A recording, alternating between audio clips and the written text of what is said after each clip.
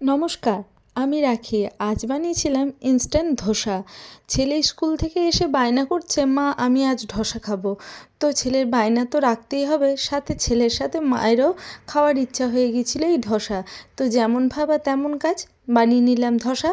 ধোসা বানাতে যে ভিতরে পুরটা বানাতে হয়, তার জন্য তেলের মধ্যে সামান্য রাই ফোড়ন আর কারি পাতা ফোড়ন দিয়ে যা যা বাড়িতে সব সবজি ছিল সেই সমস্ত সবজি দিয়ে ভালো মতো করে কষিয়ে নিলাম। প্রথমে পেঁয়াজ, ফুলকপি, ক্যাপসিকাম, গাজর আর সেদ্ধ আলু দিয়ে মটরশুঁটি সমস্ত কিছুকে দিয়ে ভালো মতো করে কষা কষা মতো করে বানিয়ে নিয়েছিলাম। এর সাথে আপনারা ইচ্ছা করলে পনিরও অ্যাড করতে পারেন। আপনাদের পছন্দ মতো সবজি অ্যাড করে এই ভিতরে পুরটা বানিয়ে নেবেন। আর জিরে গুঁড়ো, ধনে গুঁড়ো, নুন, হলুদ যা কিছু রুটিন মশলা থাকে সে সমস্ত কিছু দিয়ে পুরটাকে বানিয়ে ফেলতে হবে। এই পুরটাই হচ্ছে আসল খেতে, মানে ভিতরে যে স্টাফিংটা থাকে সেটা যত বেশি সুস্বাদু হবে খেতে, ততই আর কি ধোসাটাও খেতে ভালো হবে। আমি যেহেতু ইনস্ট্যান্ট বানিয়েছি, তাই বাড়িতে যা যা সবজি ছিল সেই সমস্ত সবজি দিয়ে আর একটু সামান্য লাস্টে ধনেপাতা দিয়ে ভালো মতো করে ভাজা ভাজা করে এই ভিতরে যে স্টাফিংটা হয় সেটা বানিয়ে ফেলেছিলাম। আর 1 কাপের মতো দিয়েছিলাম সুজি, আর হাফ কাপের মতো দই, আর 4 চামচের মতো দিয়েছিলাম আটা। এই সমস্ত কিছুকে মিক্সির ব্লেন্ডারে দিয়ে ভালো মতো করে একটু স্মুথ পেস্ট তৈরি করেছি। আর এটা একটু জল দিয়েছিলাম, যেমন থিকনেসটা দেখাচ্ছি দেখে নিন, না মোটা না পাতলা, সেরকম একটা থিকনেস বানিয়ে এই ধোসার ব্যাটারটা তৈরি করে নিতে হবে। আর 1 চিমটের মতো দিয়েছিলাম খাবার সোডা, আর হাফ চামচের মতো দিয়েছি নুন। সে সমস্ত কিছুকে ভালো মতো করে ফেটিয়ে নিয়েছি। আর সামান্য একটু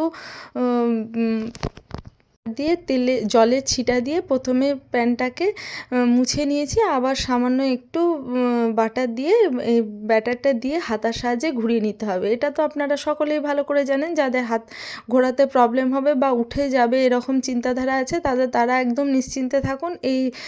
এটা ওঠানোও কোনো প্রবলেম হয় না, কোনো কিছু অসুবিধা হয় না, খুব ইজিলি উঠে আসে আর খুব ক্রাঞ্চিও হয় খেতে। একবার ট্রাই করে দেখতে পারেন। আমি বানাতে পেরেছি মানে আপনারাও বানাতে পারবেন, কোনো সমস্যা হবে না। এরকম মতোভাবে ছড়িয়ে দিয়ে ভিতরে স্টাফিংটা দিয়ে আবার সামান্য একটু বাটার দিয়ে ভালো মতো করে সেঁকে নিতে হবে। এই বাটারটাও আর কি ম্যাটার করে, যত বেশি ব্যাটার দেবেন তত বেশি আর কি এটা ক্রাঞ্চি হবে আর ক্রিস্পি হবে খেতে, আর খেতেও সুস্বাদু হবে। আমি সামান্যই বাটার দিয়েছি, যেহেতু হেলদি প্রসেসে বানাচ্ছি সেহেতু সামান্যই বাটার দিয়েছি। আর দেখুন একদম তাওয়া থেকে ইজিলি ছেড়ে আসছে, কোনো সমস্যা হয়নি, কোনো কিছু অসুবিধাই হয় না, ইজিলি উঠে আসে। আর দুপুরে মানে রাত্রের খাবারের জন্য আর সন্ধ্যাবেলার খাবারের জন্য এটাতে পারফেক্ট একটা ডিশ বলতে পারেন। কোনো সমস্যা হয় না, খুব ইজিলি বানানো যায়, খুব তাড়াতাড়ি হয়ে যায়। এরকমভাবে আমি কতকগুলো ধোসা বানিয়ে ফেলেছি, আর খুব ইজিলি এটা উঠেও যায় প্যান থেকে, কোনো যুদ্ধ মারামারি কিচ্ছু করতে হয় না। আর লাস্টে ব্যাটারটা দিয়ে দিলাম। আর দেখুন, যদি মনে হয় যে আমি হাতার সাহায্যে ঘোরাতে পারছি না, তাহলে এরকমভাবে ফ্রাই প্যানটাকে ঘুরিয়ে ঘুরিয়েও বানাতে পারেন, তাতেও কোনো অসুবিধা হয় না। সেক্ষেত্রে ব্যাটারটাকে আরেকটু পাতলা করে নেবেন, তাহলে ইজিলি স্প্রেড হয়ে